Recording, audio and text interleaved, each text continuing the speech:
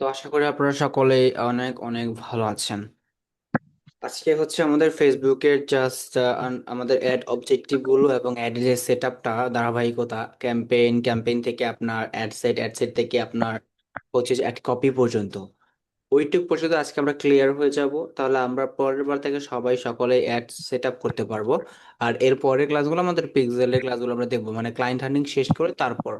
কিন্তু Facebook already আমরা অনেকগুলা জিনিস শিখে ফেলেছি: সেট আপ করা, ফেসবুক পেজ খোলা, পোস্ট করা, দেন হচ্ছে মেসেজ সেট আপ করা, এরপর অ্যাড গুলা কিভাবে ফাইনালাইজ করতে হবে, অ্যাডস গুলা কিভাবে আসলে ই করতে হবে আমাদের। এই টোটাল ওভারঅল সবকিছু আমরা দেখে ফেলেছি অলরেডি, কিন্তু বাট আমাদের এখনো কিছু কিছু পার্ট বাকি আছে, যেমন পিক্সেলটা সেট করা বাকি আছে, দেন হচ্ছে ই করা বাকি আছে, তাই না? এখন কথা হচ্ছে, আপনারা কি ওই ক্লাসটা দেখেছেন ফেসবুকে কিভাবে মেসেজ সেট আপ করতে, অটো মেসেজ অটোমেশন, লাইক কেউ মেসেজ দিলে automatic message, message, instant reply, এগুলা আপনারা বুঝেন? হ্যালো? অটো মেসেজ সেট করা। হ্যাঁ ভাইয়া, হ্যাঁ পারি। এটা পারি। তাহলে আসেন, তাহলে আমাদের ওইটা নিয়ে আর কথা বলবো না, কারণ ওইটা যদি হয়ে যায় তাহলে আমাদের এটা ক্লিয়ার। কিন্তু আমাদের প্রয়োজন আছে অ্যাডের সেটআপটা। অ্যাডের সেটআপটা একদম সিম্পল সহজ, আগের মতনই আছে। আগে যেভাবে করতেন আপনারা ঠিক সেম ভাবেই, শুধু ওই যে ডিফারেন্সটা হচ্ছে যে এখন আছে advantage plus targeting, advantage plus add creative, advantage plus budget, এই অপশনগুলো আসছে। আগে যেমন এগুলা ছিল না, এখন এগুলা অ্যাড হয়েছে। এখনো একটা একটা ছিল ম্যানুয়াল ক্যাম্পেইন, এখনো ম্যানুয়াল ক্যাম্পেইন আছে মানুষের মাঝে, এখনো ম্যানুয়াল আছে। অনেকেই চায় যে ম্যানুয়াল ভাবে করতে, অনেকেই চায় ওই যে অটোমেট করে দেয়। তো ম্যানুয়াল আপাতত অনেকদিনই থাকবে, যতদিন পর্যন্ত এটা ফুললি মানুষের অভ্যস্ত না হবে, অভ্যস্তর কাছাকাছি না গিয়ে পৌঁছাবে, ততক্ষণ পর্যন্ত কিন্তু এটা ম্যানুয়ালি থাকবে। তবে আসেন স্ক্রিনটা শেয়ার করে দিই আপনাদের জন্য, আরো বুঝতে সুবিধা হবে। এখন আমরা এই যে এখানে আসছি, এখানে আসার পরে আমাদের তো এই যে এটা একটা অ্যাকাউন্ট, এটা একটা অ্যাকাউন্ট, ধরেন এটা একটা অ্যাকাউন্ট, এখানে গেলাম।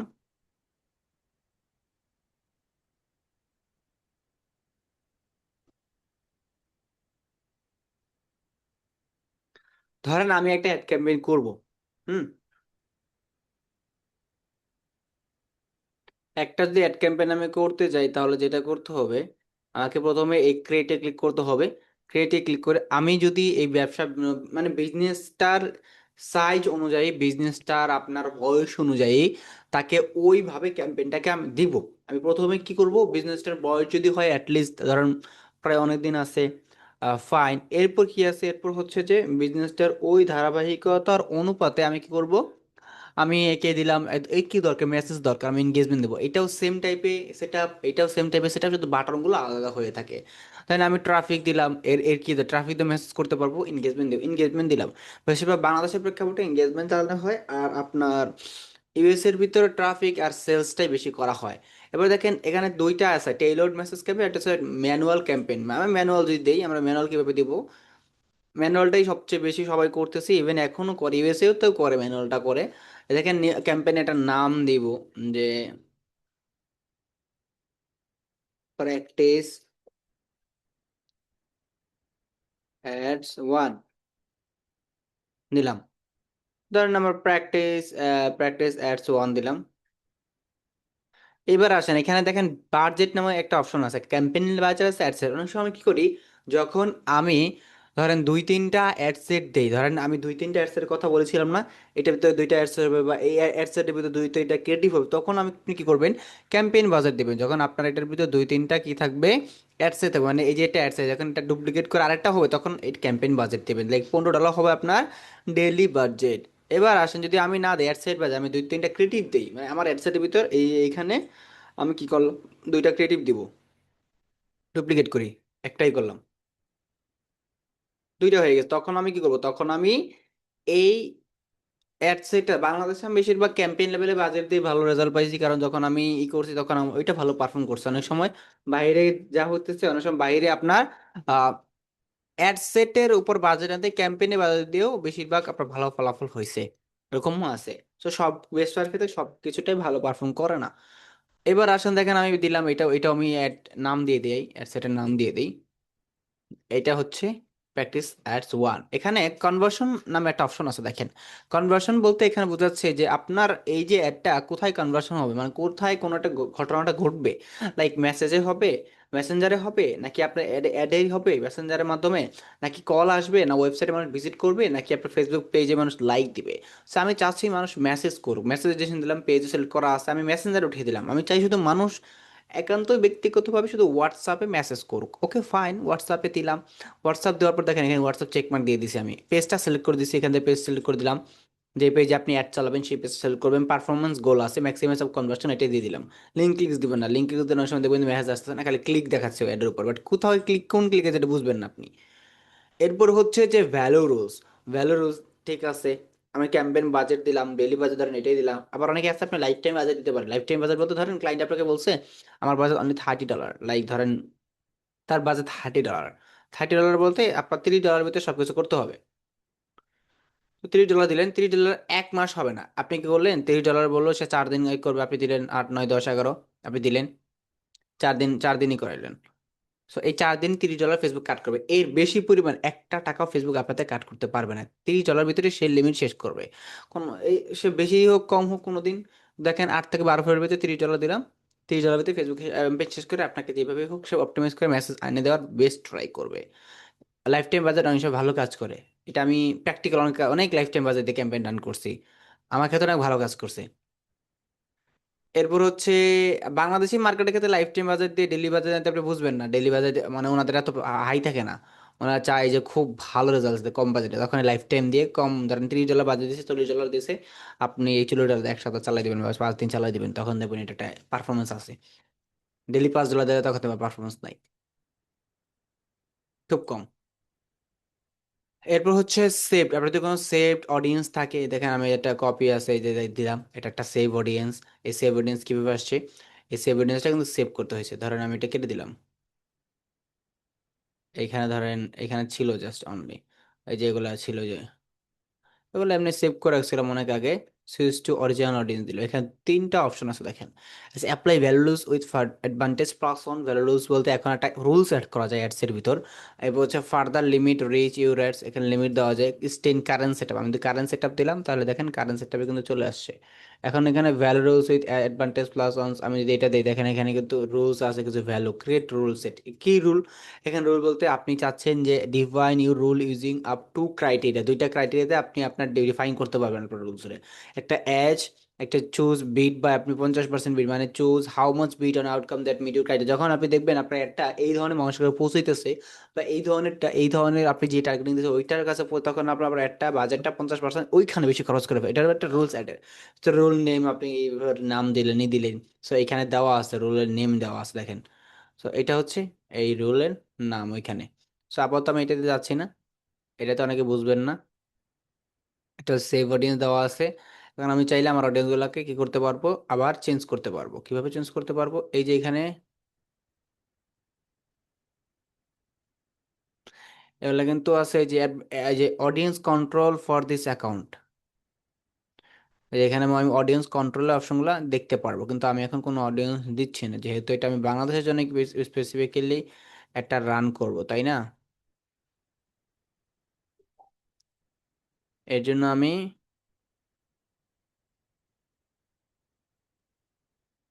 বেশিরভাগ এগুলো কেটে দিব। আমি দেবো এখানে বাংলাদেশ, আপনি লোকেশনটা দিয়ে দিবেন। এই দেখেন বাংলাদেশ দিলেন।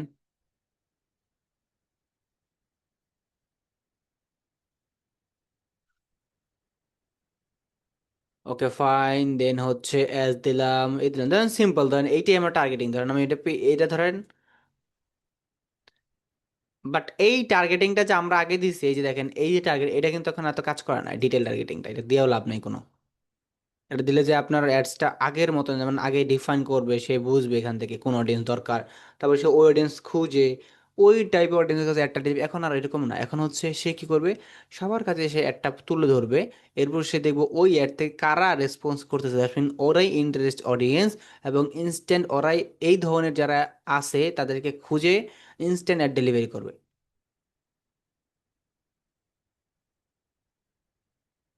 এটাই হচ্ছে ডিটেল টার্গেটিং আগে যেভাবে কাজ করতে এখন যেভাবে কাজ করতেছে, ক্রিয়েটিভ, মানে ক্রিয়েটিভের উপর এখন বেশি কাজ করতেছে। হ্যাঁ, তাই আমরা এখন ডিজিটাল মার্কেটিং এ তো ফোকাস করবো না, বুঝতে পারলেন?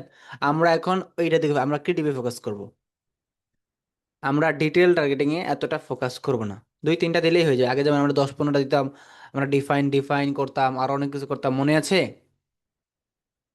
আগে আমরা করতাম অনেকভাবে সেটা, এখন এটার প্রয়োজন হয় না। সো আমরা এটা এখন এতটা গুরুত্ব দেই না। এখন জেন্ডার দিতে পারেন আপনি, আপনার এটাকে মেন না ওমেন টার্গেট, আপনি এজ এ লিমিট দিতে পারেন। 20 বছর থেকে যারা তাদের দেখানো স্টার্ট করবে ফেসবুক, এরপর হাইস্ট হচ্ছে 45 পর্যন্ত। অল জেন্ডার আপনি করতে পারেন। যে প্লেস, এখানে অ্যাডভান্টেজ প্লেসমেন্ট আছে, বেশিরভাগ ট্রাই করবেন অ্যাডভান্টেজ প্লেসমেন্ট রিকমেন্ডেড রাখার। আর যদি চান না ম্যানুয়াল প্লেসমেন্ট, অনেক সময় আছে আপনার দরকার নাই, দেখেন অডিয়েন্স নেটওয়ার্কে আপনার একটা দরকার নেই, আপনি কেন দেখাবেন অডিয়েন্স নেটওয়ার্কে? আপনি হোয়াটসঅ্যাপে একটা দেখাবেন না, কেন হোয়াটসঅ্যাপ আপনি সিলেক্ট করবেন?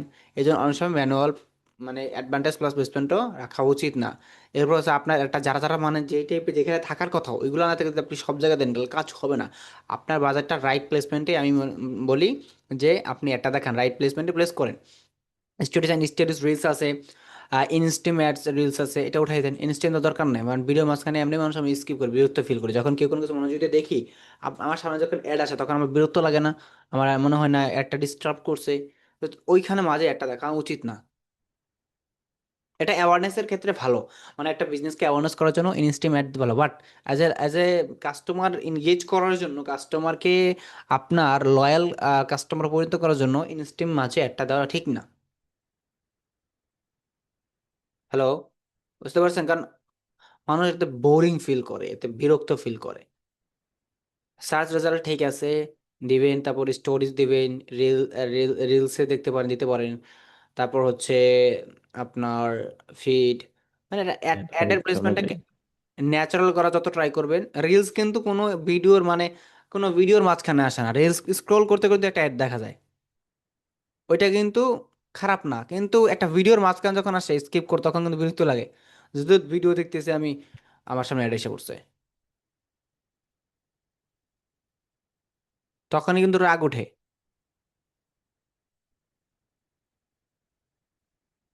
এখানে আপনি দিতে পারেন অ্যাড কপি 1 দিলাম। এখানে ক্রিয়েট অ্যাড আছে, আপনি ক্রিয়েট অ্যাড করতে চাইলে এখানে সেট আপ ক্রিয়েট দিয়ে ইমেজ অ্যাড দেবেন, ইমেজ অ্যাড দিয়ে সিলেক্ট করবেন, কি ইমেজ আপনি দিবেন এখান থেকে। ইমেজ দিয়ে ই করে তারপর আপনি টেক্সট দিবেন, ইনহেন্সমেন্ট দিবেন। এই যে টেক্সট এখানে প্রাইমারি টেক্সট দিবেন, তারপর হেডলাইন চ্যাট উইথ আস অথবা আমাদের সাথে যোগাযোগ করুন। এরপর ডিসক্রিপশন, এটা এতটা ইম্পর্টেন্ট না, এখানে প্রাইমারি টেক্সটটা ইম্পর্টেন্ট।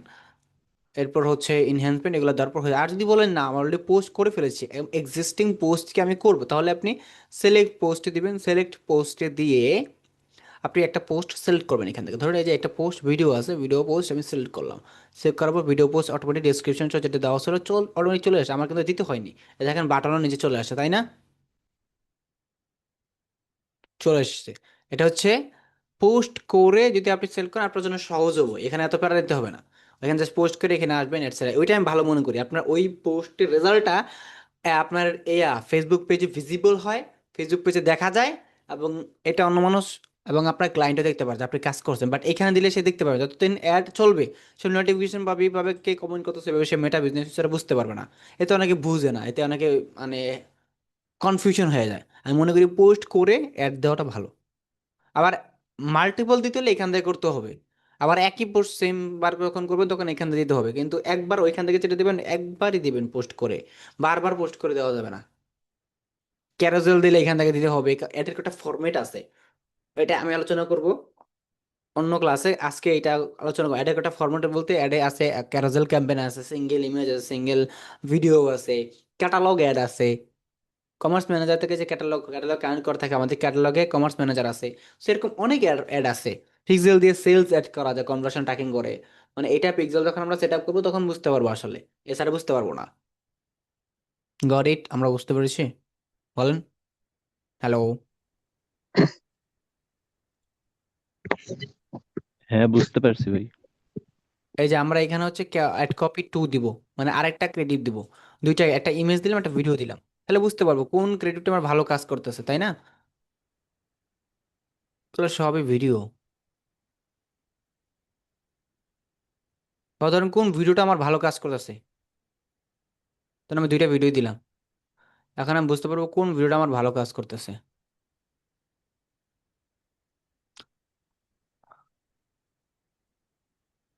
হচ্ছে ad copy 2, right? Ad copy 2, এই যে শেষ হয়ে গেল। এই হচ্ছে আমাদের টোটাল ওভারঅল অ্যাড ক্রিয়েট করার সিস্টেম। তাহলে অ্যাড ক্রিয়েট করতে এটা আমি ধরেন দুইটাতে দিছি, জাস্ট এক স্ট্র্যাটেজি অবলম্বন করে যায়, মানে আমার মাইন্ডসেট অনুযায়ী যে বুদ্ধিটা আসছে মাথায়, যে এইটা আসছে, যে এইভাবে ক্যাম্পেইনটা করে রেজাল্ট কিভাবে আসে দেখা যায়। আপনার এরকম নাও আসতে পারে, আপনি জাস্ট যেভাবে আসে ওইভাবেই করতে পারেন, মানে আপনি ওইভাবে করে দিতে পারেন, কিন্তু আপনার একটু অ্যানালাইজ করতে হবে আসলে কয়টা ক্রিয়েটিভ দিলে কয়টা এই দিলে আসলে কি আসে, ডিফারেন্স কি হয়, টেস্টিং। এই টেস্টিং এর পরে আপনার মাথায় ঢুকবে অ্যাডসেট জিনিসটা কিভাবে করলাম। এই যে campaign type, engagement, budget, then হচ্ছে আপনার এই যে ad name, then page select করছি, বাজেট দিছি, লাইফ টাইম, অথবা আপনি ডেলিভার দিতে পারেন, in start date, end date দিছি। এটা কিন্তু এখন স্টার্ট ডেট কিন্তু একদম একুরেট টাইম হয়ে গেছে, আপনি 1 ঘন্টা পরে দিবেন যখন আপনি সেট আপ করতেছেন। তারপরে হচ্ছে লোকেশন দিছি, মিনিমাম এজ দিছি, অ্যাডভান্টেজ প্লাস অডিয়েন্স এটাই দিছি, যা শুধু বয়েস জেন্ডার ধরিয়ে দিছি। টিল টার্গেটিং কিন্তু একটা কিওয়ার্ড দিয়ে দিবেন, অ্যাড ট্রান্সপেট এগুলো থাক। ম্যানুয়াল প্লেসমেন্ট দিছি, আমার অ্যাড যেই অনুযায়ী সেই অনুযায়ী ম্যানুয়াল একটা প্লেসমেন্ট দিছি। আমি কিন্তু অন্ধের মতন বিশ্বাস করে ফেসবুকের উপর ছেড়ে দিই নি। কিছু কিছু জিনিসই ফেসবুকের উপর ছেড়ে দিতে হয় ই কমার্স হলে, বাট এই সার্ভিস বেস ব্যবসার ক্ষেত্রে একটু ভালো মতন প্লেসমেন্টটাই করতে হয়। দেন হচ্ছে অ্যাড কপি 1, আমি এখানে একটা অ্যাড কপি দিয়েছি, এবার তো কিছু লেখার প্রয়োজন হয় না এখানে। শুধু একটা জিনিস লেখার প্রয়োজন আছে, চ্যাট, মানে চ্যাট আপনার প্রথমে কি মেসেজ করবো, ওয়েলকাম মেসেজ, ই মেসেজ। এই জন্য বলছিলাম যে আপনারা অটো মেসেজ সেট করবেন, এটা যদি নাও দেন সমস্যা নাই, আপনার এখানে যে অটো মেসেজ থাকবে ওইটা আপনার কাজ করবে। এরপর হচ্ছে অ্যাড কপি, এই যে মানে অ্যাড কপি যে 2 সেকেন্ডটা এটা। সো টোটাল ওভারঅল মিলে আমার একটা একদমই সেট আপ হয়ে গেছে। আমি জাস্ট দেখবো সব কিছু ঠিক আছে কিনা, রান করবো। পরে শুধু আপনি মনিটর এবং ডাটা দেখে আপনার ডিসিশন নেওয়া, এটা রান করবেন কিনা, একটা আরো আরো বাজেট বাড়াবেন কিনা, এটা টাইমিং বাড়াবেন কিনা, ডাটা দেখে তারপর ডাটা দেবে ডিসিশন নেওয়া। এটাই হচ্ছে আপনার এখন মেনলি কাজ। ফেসবুক অ্যাডস এখন আর ওইরকম নাই যে আপনি বাটন প্রেস অ্যান্ড ক্লিক করবেন তাহলে আপনার অ্যাডস হয়ে যাবে। এখন আপনার কাজ হচ্ছে যে ডাটা দেখে ডিসিশন নেয়। এখানে সার্ভিস ব্যবসার জন্য এই যে মেসেজগুলো আসছে মোটামুটি সবগুলো কম বেশি দুই একটা বেশি খরচ করছে, কম খরচ করে ভালো ভালো মেসেজ আসছে, রাইট মেসেজ আসছে। এই যে ডাটা দেখে এই জন্য ক্যাম্পেইনগুলো রান করে রাখা হয়েছে, এই যে কিছু কিছু অফ করে দেওয়া হয়েছে। এই যে খারাপ হয়েছে যেগুলা, মানে মেসেজ আসতে কাট করতেছে বাট আসলে এক্সাক্ট কাস্টমার না, অন্য টাইপের মেসেজ, এই জন্য অফ করে দেওয়া হয়েছে। এই যে দেখেন এই যেই করা রিসেন্টলি ক্যাম্পেইন, এই জন্য এগুলো রাখা হয়েছে। এগুলো ডাটা দেখে যখন আপনি ডিসিশন নিতে পারবেন, ইমপ্রেশন রিচ এগুলা, যে এগুলো তখনই আপনি ডাটা ড্রিভেন ডিসিশন মেকার হবেন, বুঝতে পারছেন? এনিথিং এলস বলেন। ক্লায়েন্ট মিটিং আছে একটু পরে, 5 মিনিট পরেই, এই জন্য আজকে বেশি কথা বাড়াবো না। জি না ভাই। 10:30 বাজে ক্লায়েন্ট মিটিং আছে। তাহলে আজকে ক্লাসটা আমরা টোটালি একটু হলে বুঝে গেছি আসলে ফেসবুক অ্যাডসটা জাস্ট সিম্পল। আমি এর আগে আপনাদেরকে বুঝাইছিলাম যে অ্যাড স্ট্র্যাটেজি কিভাবে করতো, এবিও সিবিও, আমি ক্লাসগুলো ইউটিউবে পাবলিক করছিলাম। এর আগের ক্লাসটা যারা দেখেনি তারা দেখে নিতে পারে, যে ওইটা দেখেও তারা বুঝতে পারে যে অ্যাড স্ট্র্যাটেজি কিভাবে সিবিও এবিও এবং অ্যাডের কয়টা মানে কয়টা অ্যাড সেট, কয়টা অ্যাড কপি এগুলো করতে। আজকে হচ্ছে আমি জাস্ট একটু ধারণা দিলাম। এর আগে যেহেতু আপনাদের ফেসবুক ক্যাম্পেইন বা ফেসবুক অ্যাডভার্টাইজমেন্ট মার্কেটিং এর ভিতরে আমি আপনাদেরকে অ্যাড মানে অ্যাড অ্যাকাউন্টের খুঁটিনাটি থেকে শুরু করে তারপর আপনার হচ্ছে মেটা বিজনেস উইক কি, এরপর অ্যাডের যে স্ট্র্যাটেজি আছে সবগুলো আগে বুঝিয়ে দিছি। এই জাস্ট এখন যদি আজকে দেখিয়ে দিলাম কিভাবে একটা সেট আপ করতে হয়। মানে এই সেট আপ মানে এটাই ভাবেন না আপনি ক্লিক অ্যান্ড মানে ক্লিক অ্যান্ড বুস্ট মারলেই যে হয়ে যাবেন অ্যাডভার্ট, তা না। আপনার নিজের ব্রেইনটাকে আপনাকে পারফর্ম করায় তারপর কিন্তু স্ট্র্যাটেজি বানিয়ে নিতে হবে, বুঝলেন? তাহলে আপনি মার্কেটার হতে পারবেন। ফাইন। দেন আচ্ছা হচ্ছে, ভাই, একটা প্রশ্ন আছে হ্যাঁ আমার। বলেন, ফার্স্ট বলেন। ওই দেখেন, গ্রুপে একটা হচ্ছে দিছি, ওইটা কিভাবে করে একটু বলেন তো, মানে মেসেঞ্জার গ্রুপে। ওয়েট,